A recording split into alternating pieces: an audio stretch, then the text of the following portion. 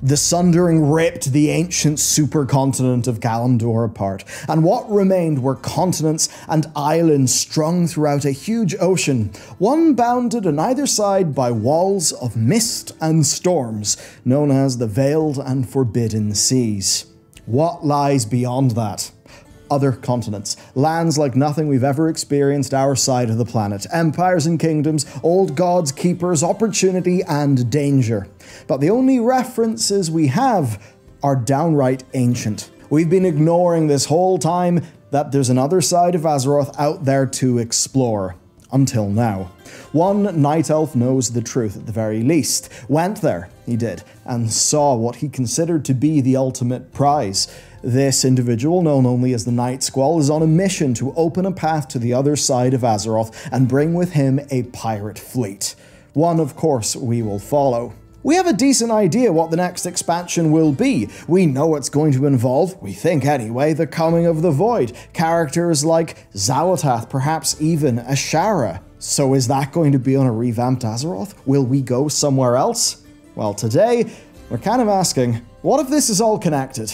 What if in any big scenario we'll get new locations like Plunder Isle and a fully realized South Seas, one that will be the gateway to the other side of Azeroth, the land of Avalorn, and whatever we may find there, including our sponsor, Boot.dev. Their founders are WoW players, they're viewers of our channels, and if you use code BELLULAR, you'll get 25% off, which is awesome. Now, Boot.dev is a programming role-playing game that makes learning back-end development fun. I mean, they've integrated all with quests, levels, achievements, global leaderboard, XP points. Thing is, though, back-end dev, like in the US, the median salary is 100 grand. That's what it was in 2022. And this is a pretty sick role, offering, remote, hybrid work. Now, for the specifics, Boot.dev specializes in back-end development using Python and Go. It's at your own pace, and I mean, seriously, like Python, Go, those are both fantastic things to learn. Their whole thing is to avoid tutorial hell and to just start coding. And that is exactly what their fantastic platform is geared toward. Just going through the various topics, there is an utter boatload of content. It is so smartly structured, starting off with super approachable things and then getting properly in depth into like the actual gnarly skills you're going to need. And I wish I had this when I was younger. I was bouncing around random Stack Overflow and YouTube tutorials, but to have everything in one place that's all focused on you just shipping projects, that is perfect. It's the opposite of the unfocused and unsatisfying way that many of us learn. They really are the opposite of tutorial hell, and being a computer science major, I find it to be the perfect way to learn to code. Boot easily beats like what a semester of uni would have been for me, like hands down. And obviously these are skills that lead to significant earning potential, or honestly, if you're like me, fun, because I used to be coding all the time. I don't code much anymore. I want to code more. And you can do the same using code BELLULAR25 for 25% off. A big thank you to their founders, Lane and Alan, for watching the channels and also supporting us. With that said, let's get started. The gateway to Avalorn. Dragonflight tells us what's going to be next. There are Naga prophecies that are coming true by the patch, by the way, that tell us of an Ashara ready to come back, likely with the power of Cosmic Void at her back. There's Xal'atath, who may be an old god and seems to be the harbinger of the Void Lords. There are Ethereals looking over our shoulder, whose story may be about to kick off again with some mysterious Brawlers Guild looking assets appearing in the PTR, but Blizzard not even speaking of it. The big bad of our next expansion may indeed be the Void then, but they've not been setting up any specific Void location. Sure, the next expansion could be us launching into space, into the realm of Void itself, but I don't think people want another Shadowlands. There are plenty of reasons not to do that idea, like the fact that all these Void prophecies talk about Ashara coming here to Azeroth. In fact, they're already here. They're working through the Incarnates. But they've also been setting up another huge mystery. Now, Tharion's personal books, his annotations in the margin say that no, there is actually more than just the one supercontinent of Kalimdor. Of course, this is stuff that was written before the Sundering happened. That does mean, though, that there was another supercontinent. Everything that we know in the game right now is an offshoot of Kalimdor, pretty much. So that does mean something else exists. And that is where the Titan records get interesting, because they speak of a place named Avalorn. Now, its inhabitants are actually so powerful now that they turned back Odin's Titan-forged armies when he was at the peak of his power. Right, back when he was the #1 Titan guy in Azeroth. So, we know there's a bunch of void stuff coming. We know that there is another big continent somewhere on Azeroth. Finally then, we have the exploits of the Night Elf pirate, the Night Squall, which straight up just say that he has been to the other side of Azeroth and that whatever is out there is worth creating a whole big pirate federation to go and claim. So, when will this all go down?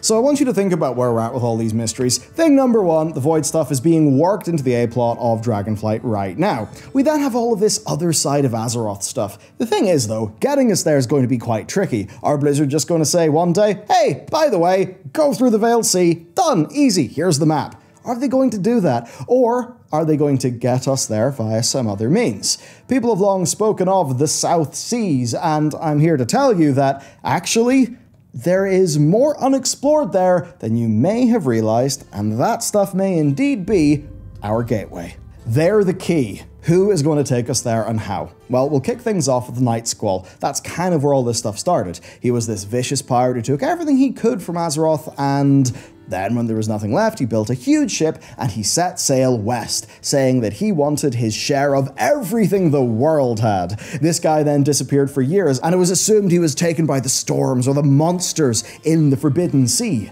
But one day he returned. He returned with ships bursting full of treasures like no one had seen before. He told no one what he saw back there, but said he has a new prize in his crosshairs, and to get it he needed the biggest pirate federation in history. Two things then. Number one, he has a route to the other side of Azeroth. Second, he's going back. That is future content. Perfect for a new slice of Azeroth. Zones like Tanaris and Stranglethorn are hotbeds of pirate activity. Between the Blackwater Raiders and the Bloodsail Buccaneers, all you've got to do is add a few trolls, a bit more of Southern Stranglethorn as a questing zone, and yeah, you know, actually fairly easy. There's so much potential for new zones in this, and I want to tell you about one in particular. We've never been to Plunder Isle or Bloodsail Hold, which is within that isle. We actually don't even know who the leader of the Bloodsails are.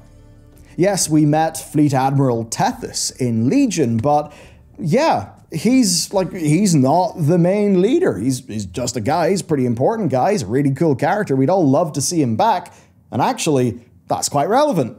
Fleet Admiral Tethys is mates with the World of Warcraft rogue. That actually gives us a perfect way to naturally be woven into that fresh pirate story. But there are others in the ocean. Gazlo, you know, the goblin who architected Orgrimmar and then lived out a peaceful life in Ratchet, you know, leading the Steamweedle. Well, the other big goblin cartel are the Bilgewater. They're the playable goblins. Their former prince, Jastor Gallywix, sided with Sylvanas and fled after the war.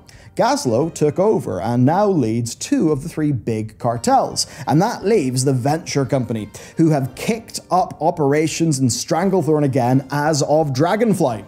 Yeah, you may not have known that, but there you go. There's some more story that kind of slipped in the cracks. That's more revamp fodder, isn't it? But the point is, there's a lot going on in the ocean. Now, take a look at this.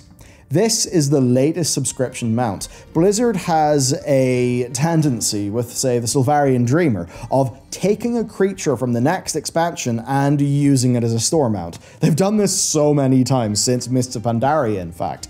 Now, this is a mount that goes faster in water. Think again about the South Seas. Think about Plunder Isle, Kazan, Undermine, Baelor, which is a spot closer to the Eastern Kingdoms. These are all small zones that they could weave into a great big revamp and expansion, right? Each one of them introducing something that will eventually bring us to the continent of Avalorn. Okay, that's the ground level stuff, the bread and butter of how we'll get there. But there are some big names who are going to be integral. A God's Eye View. Something powerful is on the other side of Azeroth, and big names are invested in either getting or destroying it. First, we have the character of Odin.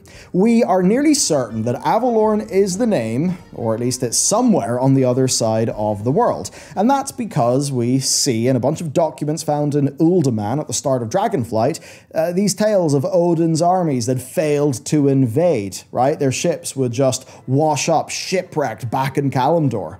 So that means it's somewhere else, and it's not the Dragon Isles. It's also way beyond coincidence that we've got two other references to the back of Azeroth in one expansion, right? One from the Night Squall, and then one from Neltharion, when, just to remind you, he says that no, and this is back in the day when Kalimdor is a supercontinent, Sundering hasn't happened. He's like, no, it's not just Kalimdor, there's somewhere else. He says that in the margins of the book, The Old Gods and the Ordering of Azeroth. So if it's the same place, then Odin, and by extension the Titans, back in the day had a big problem with that place.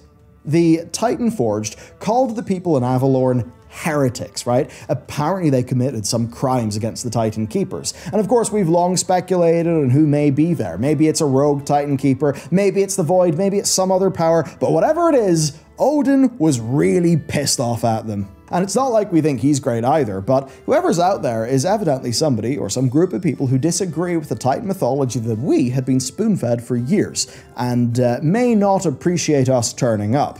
I mean, there's a reason we can't go back there. So whatever turned away Odin's armies, that is the same thing that's been keeping that area shrouded for years. There are so many big questions here. Did the Titans know what was going on back there? Or at least the Titan Keepers? Was it a part of Azeroth that they could not order? That could be what Neltharion thinks. Is it a remnant of the Black Empire in Azeroth? I mean, probably not, but that's where the speculation actually gets really interesting. Now, the other big character we need to keep an eye on is, of course, Xal'atath. She just showed up in Dragonflight, and when she did, everything clicked into place. The Incarnates aren't just idealistic dragons juiced up on elemental power. Their leader, Iridikron, is actually mad, and is so pissed off with the Titans and the Aspects, he made a big deal with Void to spite everybody. He's handing Azeroth over to the Void because he hates the Titans that bad. Who's his handler? Seemingly Xal'atath. She is seemingly called the Harbinger, which we actually saw referenced back in 10.0.7 in a collection of Naga prophecies. There were 4 prophecies, 3 of them have been fulfilled. When they're done, this Harbinger will, to sort of quote Iridikron, pry Azeroth from the Titan's grasp. At which point Iridikron, per his more recent cinematic, thinks that the Titans will personally show up, and that's when he's going to slap them down because he says, they'll show up and I'll be waiting for them. The prophecy that is outstanding is this, and I quote, "A dark heart left broken awaits the taking." Now, I want you to check our Timelines video and to check out our 5th Old God video. They'll take you through a lot there. Think back to what remained of Yasharj, his heart. To sum up, there's some rumblings of a 5th Old God, right? It's canon now, but that Old God seemingly got eaten by the other 4. We think it might have been Xal'atath, and we think that it's all tied into this ancient hunger that was extracted from Galakrond in the Dawn of the Infinite dungeon, and we think that actually may be all that remains of that Old God, but there's a lot more out there. Anyway, a dark heart left broken. It's something spooky. Now we've got to ask though, is what remains actually a 5th Old God that is stashed away the other side of Azeroth, maybe worshipped by some dark civilization, or maybe guarded by noble keepers who turned away from Odin thinking that Odin was wrong about something? Either way, Xal'atath is the character who is on the hunt for whatever remains, and she could be the character to blast a hole in that world map and get us to the other side. It's all so clear. Okay, we've laid out a bit of a vision for the future here. In our recent video, we talked about the likelihood of a world revamp, right? That's one thing. We've also talked about how the Void seems to be coming. We've talked about Avalorn being the other side of Azeroth. Today I've talked a bit about the South Seas and the Night Squall, a character who's probably going to take us there. That actually can even tie into Lordaeron politics, because in the old Warcraft role-playing game, the leader of the Bloodsail Buccaneers is actually an ex-Lordaeron noble. So that could be a neat way to bring some Alliance characters into that whole situation as well. Okay, so here's how I think things could go down in maybe the most crazy and awesome potential future timeline for WoW.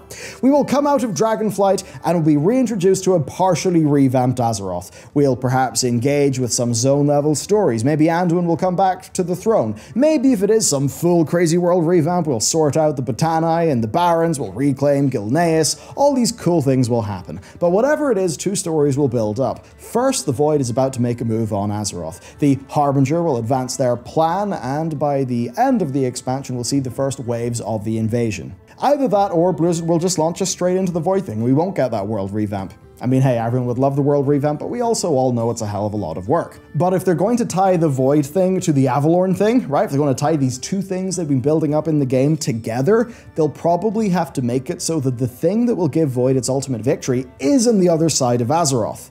And that's when the whole second story kicks in. That throughout the South Seas, in the halls of power in Stormwind and Orgrimmar, from Skyhold to Nazjatar, characters and factions will be building their expeditions, with everyone pointed toward this new land of opportunity, likely finding out about the Night Squall's plan, or perhaps even the Night Squall's original route to and back from the other side of the world. And that perhaps may be the expansion after next, the other side of Azeroth. Oh boy. It's a lot to cover, it's very dense.